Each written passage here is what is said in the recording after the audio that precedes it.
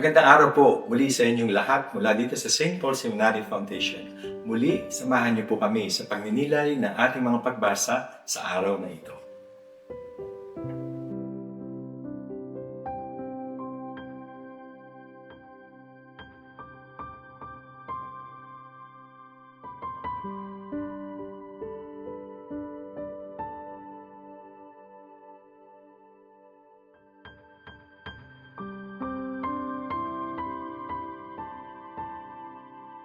Ang mabuting balita ng Panginoon ayon kay San Mateo.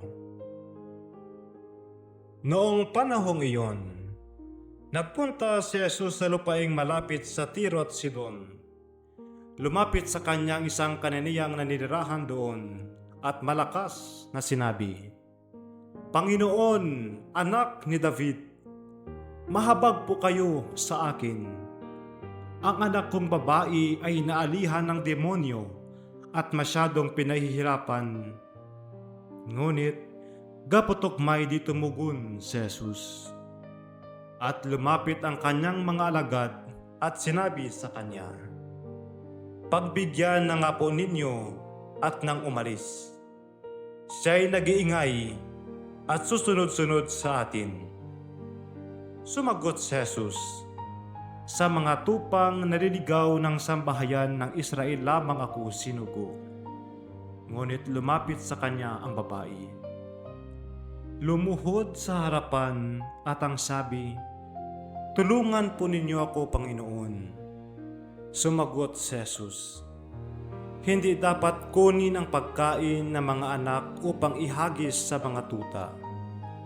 "Tunay nga po, Panginoon," tugon ng babae.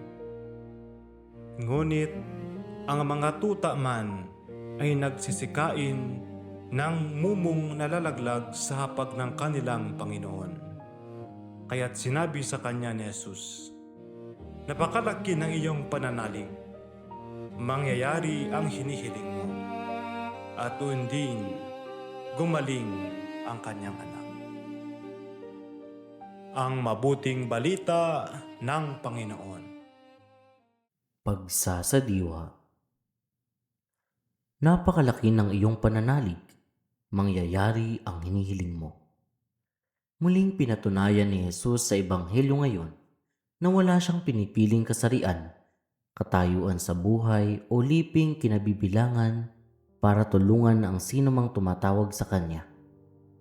Ang mahalagay, ang lalim at tatag ng pananampalataya gaya ng ipinamalas ng babaeng Kananeya para mapagaling ang anak at pinahihirapan ng demonyo. Kapuri-puri rin ang kababaang loob ng babae sa harap ng nakikilala niyang Panginoon at anak ni David. Wika nga sa sulat ni Santiago, "Mapalad ang taong nagtitiis ng pagsubok. Pagkasubok sa kanya, puputungan siya ng buhay na ipinangako ng Diyos sa mga nagmamahal sa Kanya." Sapagkat gaya rin ng ipinahayag sa aklat ng mga Salmo, ang mga nananalig sa Panginoon ay parang bundok ng Siyon, hindi natitinag, matatag, magpakailanman. Tulad sa babaeng Kananeya, maaari din tayong maging matatag sa harap ng mga problema at pagsubok sa pamamagitan ng pagtitiwala sa mga pangako ng Diyos, taimtim na panalangin, positibong pagtingin sa mga naganap sa sariling buhay, at pagsisikap na lalo pang lumago sa pakikiugnay sa Diyos at sa kapwa. Pagsasagawa.